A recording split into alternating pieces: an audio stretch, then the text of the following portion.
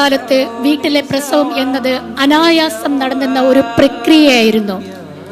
കാലം പിന്നിട്ടപ്പോൾ അത് കച്ചവടവൽക്കരണത്തിന്റെ ഭാഗമായി തീർന്നപ്പോൾ നമ്മുടെ അക്യുഷിന്റെ ചുണക്കുട്ടികൾ ധീരതയോടെ വീട്ടിലെ പ്രസവം എന്നത് നിസ്സാരമാണെന്ന് ഓരോ ജനത്തെയും ബോധ്യപ്പെടുത്തിക്കൊണ്ട് അക്യുഷിന്റെ ചുണക്കുട്ടികളാണ് ഇന്ന് നിങ്ങളുടെ മുന്നിൽ ഈ വേദിയിൽ നിൽക്കുന്ന ആ സുന്ദര നിമിഷത്തിന് നമ്മൾ ഏവരും സാക്ഷിയാകുന്നു എന്ന ഒരു യാഥാർത്ഥ്യം കൂടി നമ്മൾ മനസ്സിലാക്കേണ്ടിയിരിക്കുന്നു. നമസ്തേ. സിറാജുദ്ദീൻ ഇനി കേരളത്തിലെ ശരീഅത്ത് പ്രസവത്തിന്റെ, ഹലാൽ പ്രസവത്തിന്റെ, ജിഹാദ് പ്രസവത്തിന്റെ ബ്രാൻഡ് അംബാസിഡറാക്കാൻ ഒരുപക്ഷെ കേരളത്തിലെ മുസ്ലിങ്ങൾ ഉൾപ്പെടെയുള്ള പുരോഗമനവാദികൾ മുന്നോട്ട് വെക്കാനിടയുള്ള അൽ ജിഹാദി. അസ്മ ജീവിച്ചിരുന്നു എങ്കിൽ ഒരുപക്ഷെ അടുത്ത ശരീഅത്ത് പ്രസവ അവാർഡ് അസ്മയ്ക്ക് കിട്ടിയേനെ. 2 ആഴ്ച മുന്നെയാണ് വീട്ടിൽ പ്രസവിച്ച സ്ത്രീകൾക്ക് അക്വിഷ് എന്ന കൂട്ടായ്മയുടെ ആഭിമുഖ്യത്തിൽ അവാർഡ് ദാന പരിപാടി സംഘടിപ്പിച്ചത്. ഇനിയും വീട്ടിൽ പ്രസവിക്കണമെന്ന ഉച്ചത്തിൽ ഉറക്കെ പറഞ്ഞുകൊണ്ട് പ്രോത്സാഹനം നൽകുമ്പോൾ തങ്ങൾ ചെയ്തതെന്തോ വലിയ കാര്യമാണെന്ന ചിന്തയിലാണ് ആ സ്ത്രീജനങ്ങൾ അവിടെ അണിനിരുന്നത്. തിരിച്ചറിവുള്ള പൗരന്റെ അവകാശമാണ് പോലും വീട്ടിലെ സുഖപ്രസവം. വീട്ടിൽ അക്യുമാസ്റ്റർ, അതായത് അക്യുപങ്ക്ചർമാരുടെ സഹായത്തോടെ പ്രസവം നടത്തിയ ധീര വനിതകളെ ആദരിച്ചപ്പോൾ അതിന് നേതൃത്വം നൽകിയത് മുഖം മൂടിയിട്ട് വന്ന വനിതകളാണ്. ജനങ്ങളിൽ നിന്നും മുഖം രക്ഷിക്കാനാണോ ഇവർ ഇവിടെ മുഖം മൂടി അണിഞ്ഞിരിക്കുന്നത് എന്ന് സംശയമുണ്ട്. ഇതില്ലാതെ പല വേദികളിലും ഇവരെ കാണാറുണ്ട് എന്നും കേൾക്കുന്നു. വിവരക്കേടിന് തൊപ്പിയും നീളം കുപ്പായവും ഇട്ട് വരുന്ന കുറെ എണ്ണത്തിനെ സപ്പോർട്ട് ചെയ്യാൻ മുഖം മൂടിയിട്ട് ഇങ്ങനെ നിരന്നു നിന്ന് അവാർഡ് വാങ്ങാൻ കൊതിച്ചു വീട്ടിൽ പ്രസവിച്ചു ബിരുദം നേടുന്ന കുറെ സ്ത്രീകൾ. സമുദായത്തിന്റെ പേരിലല്ല, നാടിന്റെ കൂടെ അപമാനമാണിത്.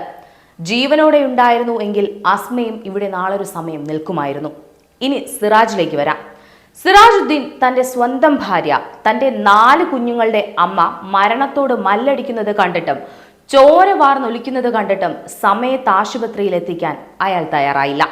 സാമാന്യ ബോധം പോലും ഇല്ലാത്ത ഒരു വ്യക്തി, വിവരമില്ലാത്ത ഒരു വ്യക്തി എന്ന് നമുക്ക് ആദ്യം തോന്നുമെങ്കിലും, അയാളുടെ വിവരക്കേടെന്ന് നമുക്ക് ആദ്യം തോന്നുമെങ്കിലും ചിന്തിച്ചാൽ നമുക്ക് മനസ്സിലാകും ചോര കണ്ട് അറപ്പു മാറാത്ത തീവ്രവാദ മനോഭാവമുള്ള അൽ ജിഹാദി ആയിരുന്നു അയാളെന്ന്.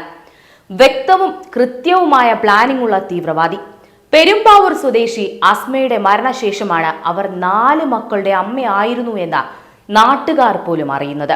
മടവൂർ കാഫില എന്ന യൂട്യൂബ് ചാനലിൽ വന്നിരുന്ന വർഗീയ വിദ്വേഷം നിറഞ്ഞ പ്രഭാഷണം നടത്തുന്ന സിറാജുദ്ദീന്റെ പേരും വീട്ടിൽ എത്ര കുട്ടികളുണ്ടെന്നതും ഇന്നലെ വാർത്ത വരുമ്പോഴാണ് തൊട്ടടുത്ത അയൽവാസികൾ പോലും അറിയുന്നത്.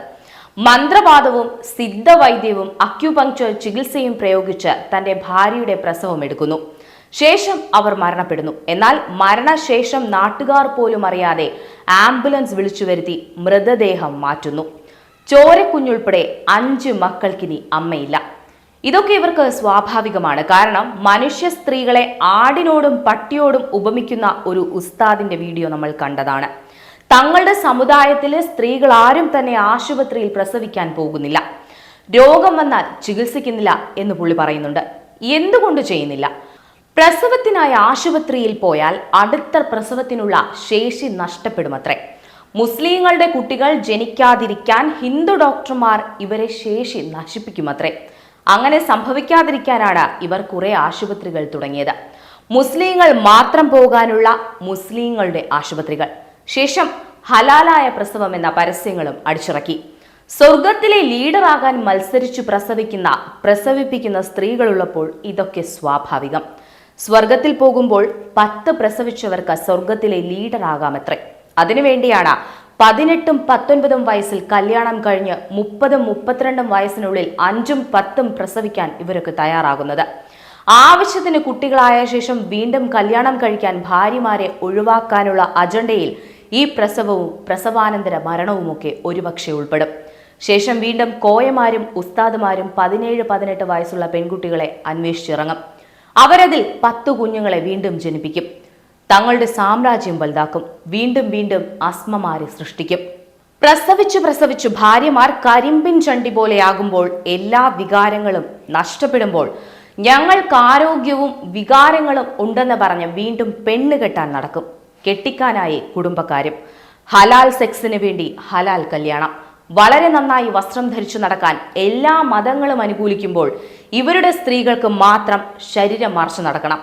തങ്ങളുടെ സ്ത്രീകളെ മറ്റാരും കാണാൻ പാടില്ല എന്ന് പറയുമെങ്കിലും അവർക്കത് സംരക്ഷണം നൽകാനാണ് എന്ന് പറയുന്നെങ്കിലും ശരിക്കും ഇവർക്ക് ആരിൽ നിന്നാണ് സംരക്ഷണം വേണ്ടത്? വെള്ളത്തലപ്പാവും കെട്ടി ഈണത്തിൽ സഹിക്കാൻ കഴിയാത്ത സ്ത്രീ വിരുദ്ധത പറയുന്ന മൈലാഞ്ചി താടി വെച്ച പുരുഷന്മാരെ നമ്മൾ കാണാറുണ്ട്. എങ്ങനെയാവും ഇവർക്കൊപ്പം ജീവിക്കുന്ന സ്ത്രീകളുടെ അവസ്ഥ? ശരിക്കും അതിനുള്ള ഉത്തരമല്ലേ അസ്മ? 4 പെറ്റ് 5-മതിൽ വേദനിച്ചു തീർന്നു ആ സ്ത്രീ. അന്യന്റെ പെണ്ണുങ്ങൾക്ക് നേരെ ഇത്രയും വിഷം ചീറ്റി മദ്യവും ഹൂരയും കാത്തിരിക്കുന്ന ഈ സൈസ് സാധനങ്ങൾ തന്റെ കയ്യിൽ കിട്ടുന്ന പെണ്ണുങ്ങളോട്, സ്ത്രീകളോട് എങ്ങനെയാവും പെരുമാറുന്നത് എന്ന് ഊഹിക്കാവുന്നതേയുള്ളൂ. ആ സ്ത്രീയെ അയൽക്കാരിൽ പോലും കണ്ടവരില്ല.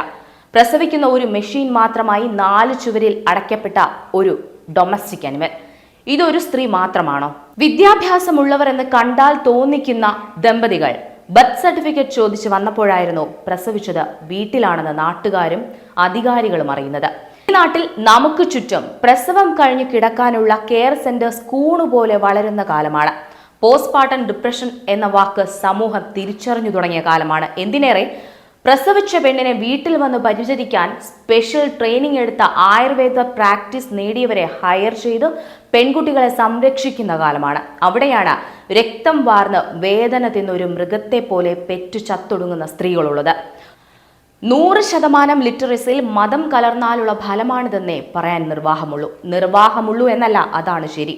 കഴിഞ്ഞ വർഷം 500-ലധികം പ്രസവങ്ങളാണ് വീടുകളിൽ നടന്നത്. അത് സമ്മതിക്കാൻ ആരോഗ്യമന്ത്രിക്ക് അസ്മ മരിക്കേണ്ടി വന്നു. കഴിഞ്ഞ 9 മാസത്തിനിടെ 9 കുഞ്ഞുങ്ങളാണ് വീട്ടിലെ പ്രസവത്തിനിടെ മരിച്ചത്. യഥാർത്ഥ കണക്കുകൾ ഇതിൽ കൂടുതൽ വരും. വീടുകളിൽ പ്രസവം നടത്താൻ പ്രോത്സാഹിപ്പിക്കുന്ന സംഘങ്ങളും നവമാധ്യമ കൂട്ടായ്മകളും സജീവമാണ്. അസ്മ ഗർഭിണിയാണെന്ന് ആശാ വർക്കർമാർ പോലും അറിഞ്ഞിരുന്നില്ല. വീട്ടിലെ പ്രസവങ്ങളിൽ സംസ്ഥാന സർക്കാരിന് ഒന്നും ചെയ്യാൻ കഴിയുന്നില്ല എങ്കിൽ വിപ്ലവ പ്രസ്ഥാനക്കാർ ഈ പരിപാടി കളഞ്ഞിട്ട് പോകുന്നത് തന്നെയാണ് നല്ലത്.